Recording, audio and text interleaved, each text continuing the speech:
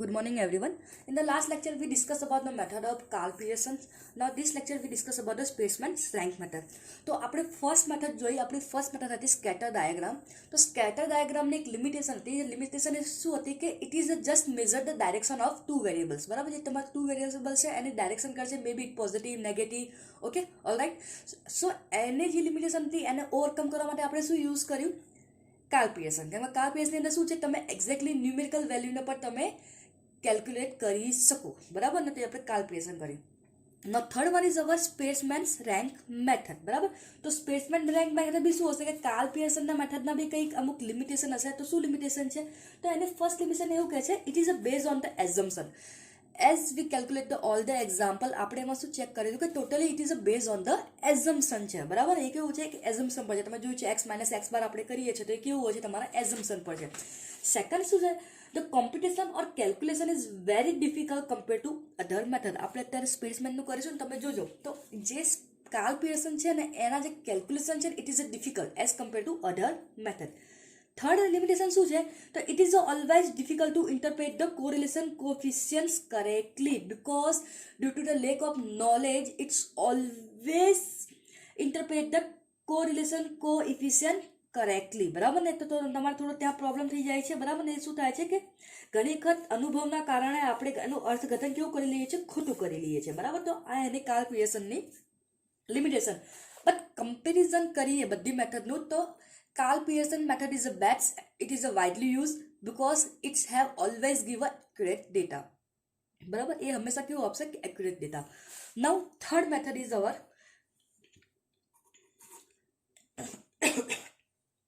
Sorry third method આપણી જે છે સ્પેસમેન રેન્ક મેથડ છે. તો આપણી જે કેલ્ક્યુલેશનની આપણી લાસ્ટ છે મેથડ, મેમ તો જોવા જઈએ સેકન્ડ લાસ્ટ છે. બરાબર, તો સ્પેસમેન રેન્ક મેથડ તમને શું કહે છે? બરાબર, તો શું કહે છે, instead of value the rank are used to find out the correlation coefficient, hence the method is known as the method of rank correlation. બરાબર, તમને હું એમ કહું છું કે instead of using the value, બરાબર ને, instead of using the value you can use the giving the rank. તમે શું આપો છો? રેન્ક યુઝ કરો છો. બરાબર ને?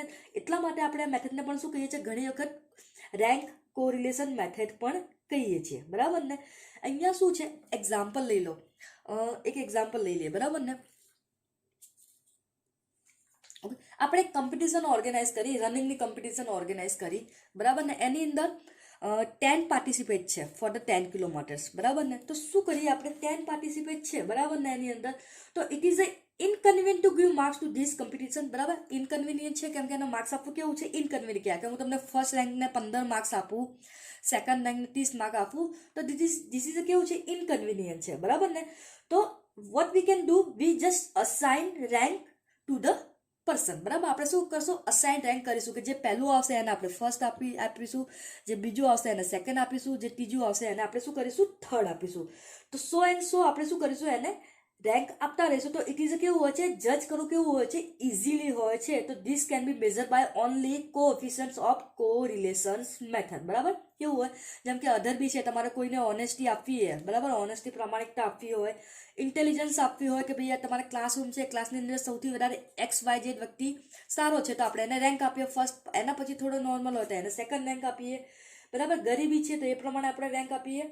તો આ મેથડ આપણી યુઝ થાય. બરાબર, હવે નાઉ સ્પેસમેન મેથડ તમારે ફાઇન્ડ કરવું હોય તો what you have to do, તો સ્ટેપ્સ લઈએ સિમ્પલી. બરાબર, steps for calculating the Spearman's method. તો first what you have to do, first you have to give rank. બરાબર, તમારે શું આપવું પડશે, ફર્સ્ટ રેન્ક આપવું પડશે તમારે. તો ફર્સ્ટ રેન્ક તમે કોને આપશો કે the person yeah the things. બરાબર ને, which have the highest value. બરાબર, જેની હાઈએસ્ટ વેલ્યુ હશે એને તમે ફર્સ્ટ રેન્ક આપશો.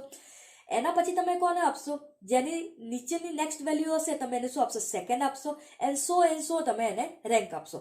અને એક્ઝામ્પલ લઈ લો, it is a very typical કે જ્યારે બે વ્યક્તિને એક જ જેવા રેન્ક હોય. બરાબર ને, સપોઝ કે એક વ્યક્તિને 5મો રેન્ક છે અને બીજી વ્યક્તિને બી 5મો રેન્ક છે. બરાબર, તો કેલ્ક્યુલેટ કરવા માટે એ કેવું થઈ જાય, થોડું કોમ્પ્લિકેટ થઈ જાય. કારણ કે હું રેન્ક શું આપું, એકને 5 આપું, 5 આપું, એ તો પોસિબલ નહીં, બંનેને 5 આપીએ રેન્ક.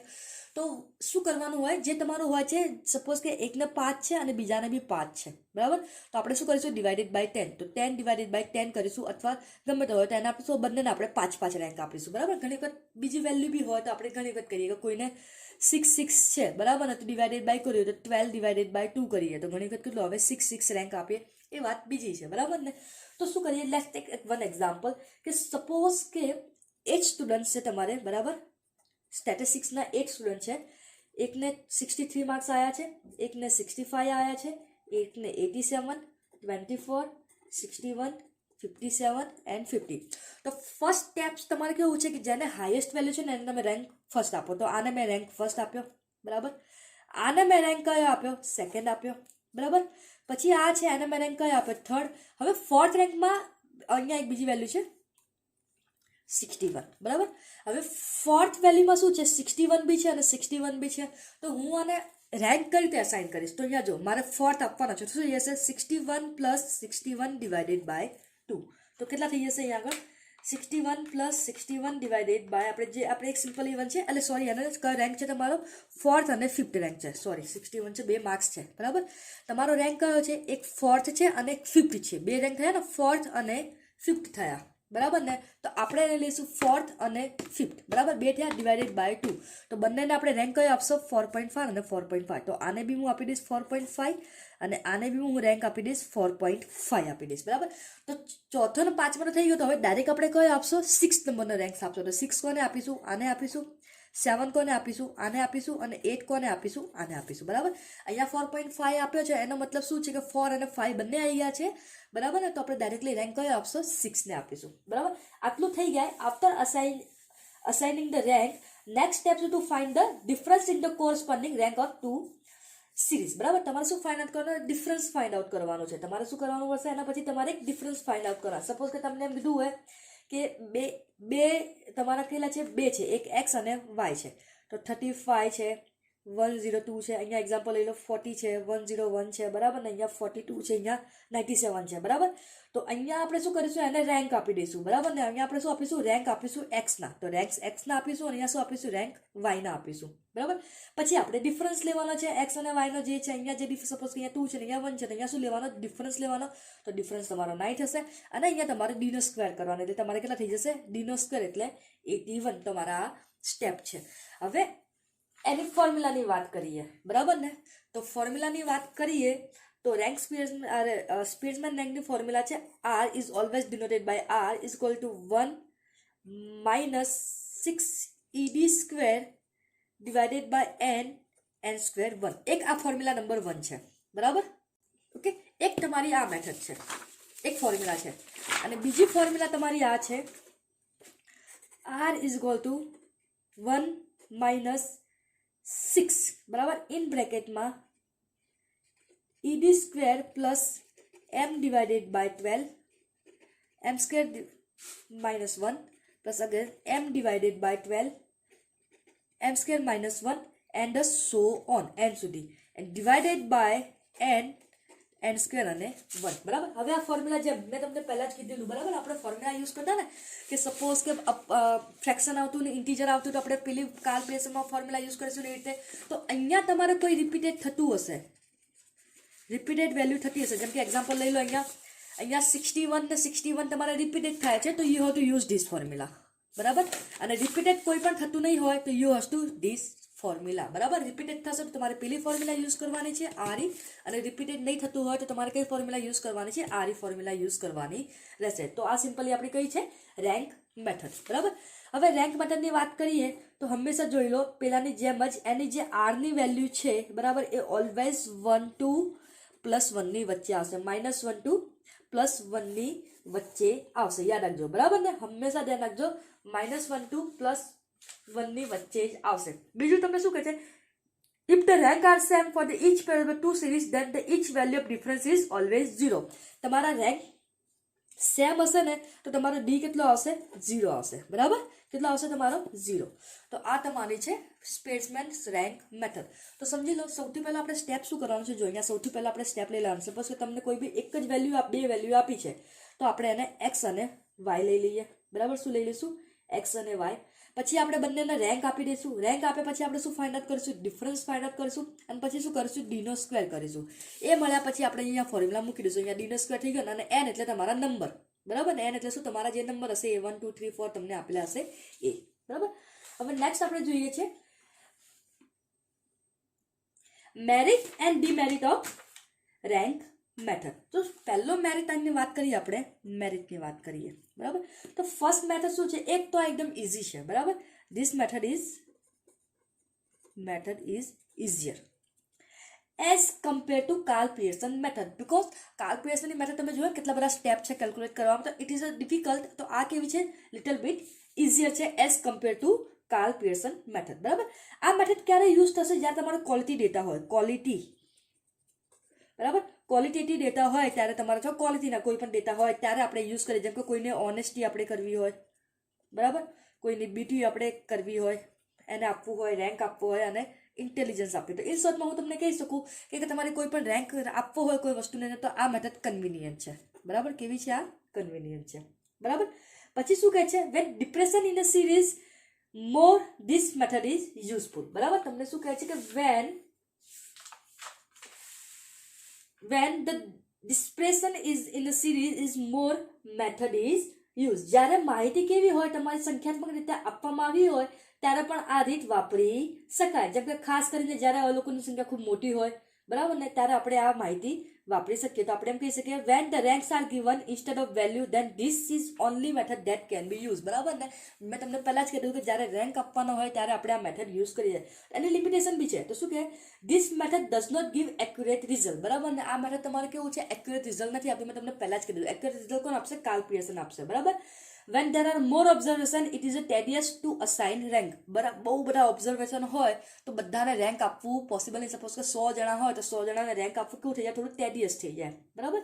પછી શું કહે છે? This method can not be use for the data given in the bivariate frequency distribution, બરાબર. તો આ ડેટા તમારા જ્યારે અવલોકનની સંખ્યા બહુ મોટી હોય પછી તમારે કોઈ કોષ્ટકમાં રજૂ કરેલી માહિતી હોય ને, તો તમે એને કોષ્ટકની ગ્રુપ આપેલા હોય ને કશું કરેલું હોય ત્યારે તમે આ માહિતીનો ઉપયોગ કરી શકતા નથી, બરાબર. તો આ તમારે છે કાર્લ પિયર્સન. તો કાર્લ પિયર્સનની અંદર ખાલી હાલ બે વસ્તુ જોઈ લો. જો આન્સર તો એનો 1 થી આવશે.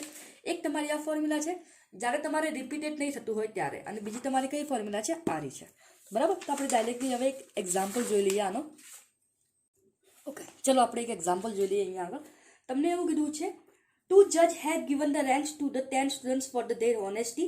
Find the rank correlation coefficient, બરાબર.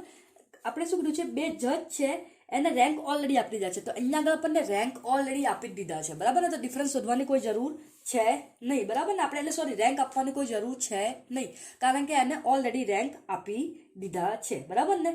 તો તમને અહીંયા કીધું છે ટુ જજ have given rank to 10 students for the honesty, બરાબર. ઓનેસ્ટી માટે 10 સ્ટુડન્ટને આપી દીધા છે. Find the rank of correlation, બરાબર. તો અહીંયા છે તમારો ફર્સ્ટ જજ અને તમારો છે સેકન્ડ જજ. તો અહીંયા લખી દઉં rank given by first judge અને અહીંયા આવશે rank given by second judge, બરાબર. એકને રેન્ક આપ્યો છે આપણે અહીંયા આગળ જોઈ લઈએ. એકને આપ્યો છે 8, એકને આપ્યો છે 6, બરાબર. એકને આપ્યો છે 3, 2, 5, 4, 10, 9 and 7. પછી આપણે છે 3, 5, 2, 9, 10, 1, 6, 4, 7. સોરી રિપીટ થઈ ગયા છે. 3, 5, 2, 9, 10, 1, 6, 4, 7, 8. કેટલા થયા છે? 1, 2, 3, 4, 5, 6, 7, 8, 9. અહીંયા બાકી રહી ગયું છે ને. અહીંયા એક 1 છે, બરાબર. અહીંયા શું છે? એક 1 છે,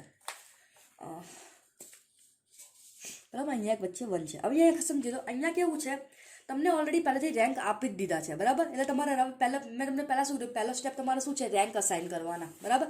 પછી ડિફરન્સ ફાઇન્ડ આઉટ કરવાનો, પછી ડિફરન્સનો સ્ક્વેર કરવાનો. પણ અહીંયા શું છે? તમને ઓલરેડી જ રેન્ક આપી દીધા છે, તો ડાયરેક્ટલી શું ફાઇન્ડ કરી કાઢો? ડિફરન્સ ફાઇન્ડ કાઢો. તો ડિફરન્સ ફાઇન્ડ આઉટ કરવું તો આપણે આને RX આપીએ એટલે રેન્ક છે, અને આને શું આપીએ? RY. તો RX માઇનસ શું થઈ જશે? RY થઈ જશે. તો 8 માઇનસ 3 કેટલા થઈ જશે તમારા? 5. 1 માઇનસ 5 એટલે કે થઈ જશે -4. 6 - 2 થોડું આવડું થઈ ગયું છે, તમે જોઈ લેજો. 6 - 4 4, 3 - 9 કરીશું એટલે થઈ જશે -6, 2 - 10 કરીશું તો કેટલા થઈ જશે 8 થઈ જશે -8, 5 - 1 કરીશું તો કેટલા થઈ જશે 4, 4 - 6 કરીશું તો કેટલા થઈ જશે -2, બરાબર. 10 - 4 કરીશું તો કેટલા થઈ જશે 6, 9 - 7 માઇનસ કરીશું એટલે 2 અને 7 - 8 કરીશું એટલે કેટલા થઈ જશે 1 થઈ જશે, બરાબર ને. તમને ઓલરેડી અહીંયા રિંગ આપેલા છે, થોડું ઉપર નીચે થઈ ગયું છે, બાકી ખાલી સમજવા માટે છે, એક્ઝામ્પલ છે. હવે તમારે શું કરવાનું છે, ડીનો સ્ક્વેર કરી કાઢો, બરાબર. તો ડીનો સ્ક્વેર આનો કેટલો થઈ જશે 25, અહીંયા કેટલો થઈ જશે 16, 16, 36, 64, 16, 4, 36, 4 and 1, બરાબર. આપણે સ્ક્વેર કરીએ એટલે પ્લસમાં થઈ જાય. તો હવે આનો સરવાળો કરી ગયો તો 25 + 16 + 16 + 36 + 64 + 16 + 4 + 36 + 4 અને +1 કેટલો થઈ જશે 218. તો અહીંયા શું થઈ જશે ED² = શું થઈ જશે 218. તમને ઓલરેડી રેન્ક આપેલા હોય, તમને ચોખ્ખું કીધું, તમને ચોખ્ખું કીધું છે ટુ જજ have given the rank to the 10 student four the honesty. તો ઓલરેડી તમને અહીંયા રેન્ક આપી દીધા છે, તો તમારે ડાયરેક્ટ શું કરવાનું, ડિફરન્સ કરવાનો, રેન્ક શોધવાની જરૂર છે નહીં. તો શું થઈ જશે આપણી ફોર્મ્યુલા R = 1 - 6 ED² /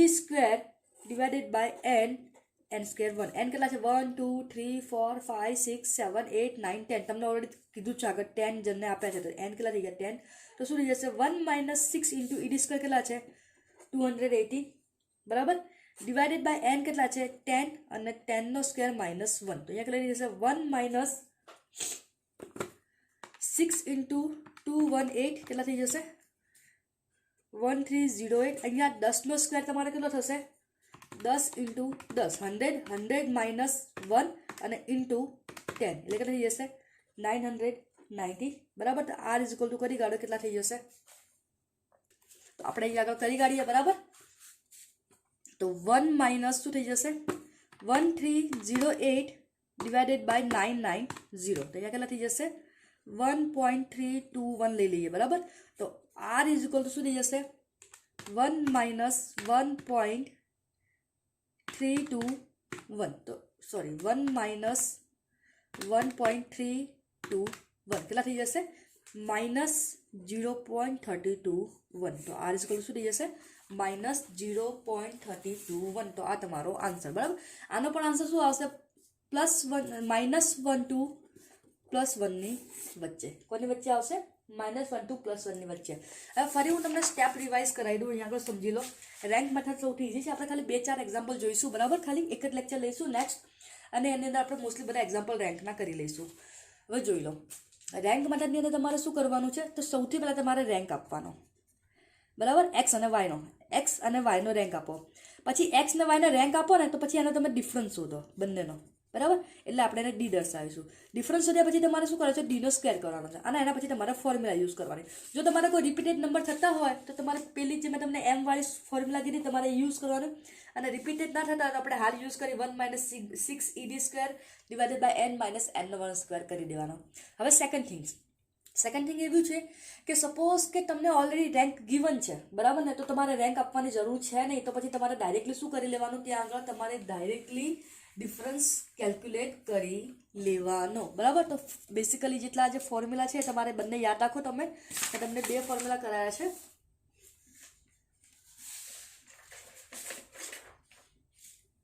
ઓકે, આ તમારી સેકન્ડ નંબરની છે, જ્યારે તમારે રિપીટેડ થતું હશે ત્યારે, અને આ તમારી ફર્સ્ટ જ્યારે તમારે રિપીટ થતું ના હોય ત્યારે, બરાબર. 1 - 6 ED². હવે મારા એક્ઝામમાં પૂછવું હોય ને કે સર, તો બરાબર 7 માર્ક્સમાં કે 10 માર્ક્સમાં પૂછવું હોય તો હું તમને આ જ ફોર્મ્યુલા પૂછીશ, કે જે તમારે રિપીટેડ થતું હશે એ જ આપણે પૂછીશું, બરાબર. તો મોસ્ટલી આની પર થોડું ફોકસ રાખજો. ફોર્મ્યુલા તમારે જેટલા જો એક રિપીટેડ હશે ને તો એક જ આવશે, 2 રિપીટેડ થશે ને તો 2 આવશે, 3 રિપીટેડ થશે ને તો પાછું આવશે m / 12 m² અને 1. આ શું છે m / 12? આપણે જે એક એક્ઝામ્પલ કરીશું એમાં આપણને આઈડિયા આવશે. ઓકે, તો હવે તમે આટલી જે ફોર્મ્યુલા છે લર્ન કરી દો, પછી નેક્સ્ટ લેક્ચરમાં આપણે બીજા એક્ઝામ્પલ કરીશું. Okay, thank you.